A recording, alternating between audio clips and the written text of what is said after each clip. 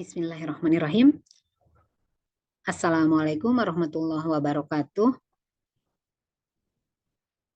Selamat bertemu kembali dalam mata pelajaran ekonomi di semester kedua. Pada bab pertama di semester 2 kita akan membahas tentang lembaga jasa keuangan. Dan pada pertemuan hari ini kita akan belajar tentang otoritas jasa keuangan.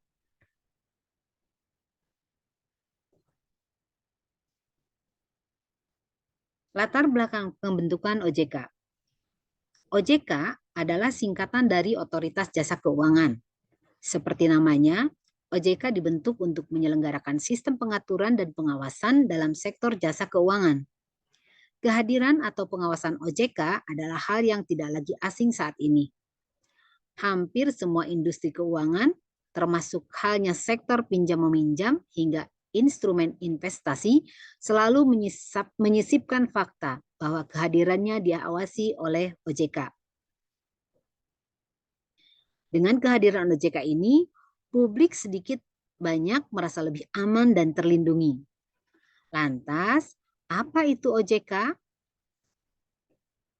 Otoritas Jasa Keuangan atau OJK adalah lembaga yang independen dan pembentukannya dilatar belakangi oleh adanya kebutuhan di sektor jasa keuangan. Kebutuhan yang dimaksud terkait dengan penataan kembali lembaga-lembaga yang difungsikan untuk mengatur dan mengawasi sektor keuangan. Pembentukan OJK didasarkan pada Undang-Undang OJK dengan fungsi menyelenggarakan sistem pengaturan dan pengawasan yang terintegrasi dengan seluruh kegiatan dalam sektor jasa keuangan. Adapun sektor-sektor yang dimaksud adalah seperti perbankan, pasar modal, dan sektor jasa keuangan non-bank. Meskipun Undang-Undang OJK sudah disahkan sejak November 2011, OJK tidak langsung berperan sebagai pengawas. Selama 1 tahun sejak undang-undang tersebut disahkan, OJK memasuki masa transisi. Di masa ini, pengawasan pasar modal dan industri keuangan non-bank dilakukan oleh Bapepam. Dan pengawasan perbankan masih dilakukan oleh Bank Indonesia. 1 tahun berselang, pada 31 Desember 2012, pengaturan dan pengawasan pasar modal dan IKNB yang tadinya dilaksanakan oleh Bapepam mulai beralih ke OJK. Di masa ini, keterlibatan OJK belum masuk dalam ranah perbankan.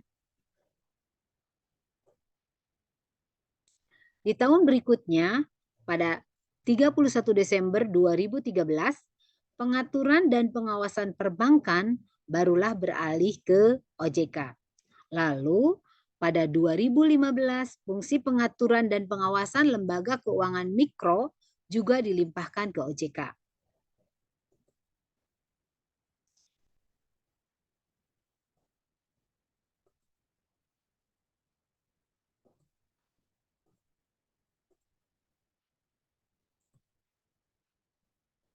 Nah, jadi betapa pentingnya kita mempelajari lembaga jasa keuangan dalam perekonomian. Bagian yang pertama ini pada bab 1 adalah tentang otoritas jasa keuangan.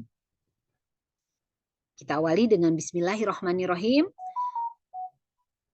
Mari sama-sama kita amati, dan hari ini kita akan belajar tentang bab di lembaga jasa keuangan dalam perekonomian Indonesia yang terbagi dalam 3 bagian.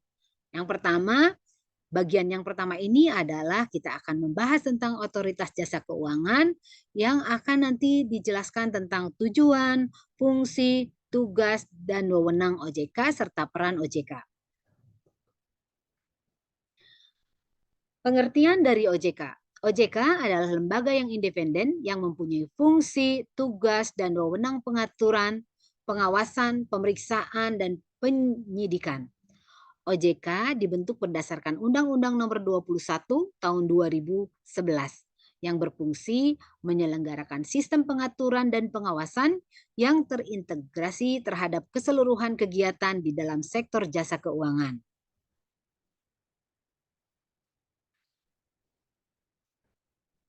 Tujuan dari OJK adalah satu, terselenggaranya secara teratur, adil, dan transparan serta akuntabel.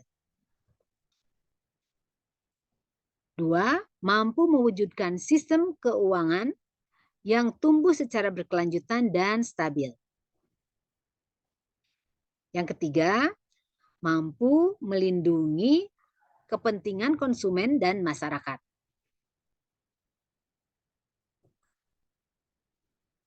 Fungsi dan tugas OJK. Otoritas Jasa Keuangan atau OJK mempunyai fungsi menyelenggarakan sistem pengaturan dan pengawasan yang terintegrasi terhadap keseluruhan kegiatan di sektor jasa keuangan.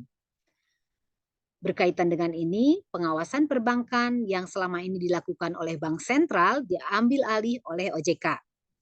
Tugas OJK adalah melakukan pengaturan dan pengawasan terhadap kegiatan jasa keuangan di sektor perbankan, sektor pasar modal, dan sektor IKNB, industri keuangan non-bank.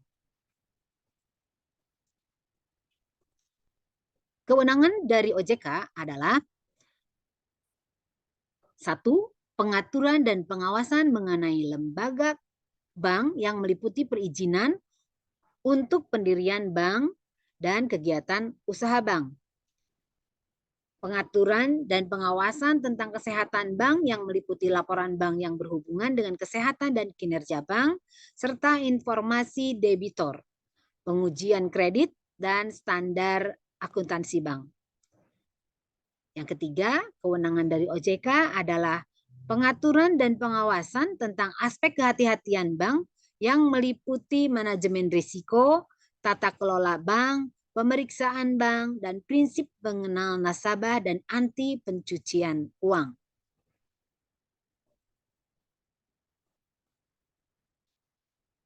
Peranan dari OJK adalah satu, memberikan informasi dan pendidikan kepada masyarakat mengenai karakteristik layanan dan produk sektor jasa keuangan. Dua, apabila lembaga jasa keuangan berpotensi merugikan masyarakat, maka OJK dapat meminta lembaga tersebut menghentikan kegiatannya. Tiga, OJK dapat melakukan tindakan lain yang dianggap perlu sesuai dengan undang-undang. Terima kasih. Demikian untuk pembelajaran kita hari ini mengenai OJK. Sampai bertemu lagi di bagian kedua, yaitu tentang perbankan. Terima kasih. Assalamualaikum warahmatullahi wabarakatuh.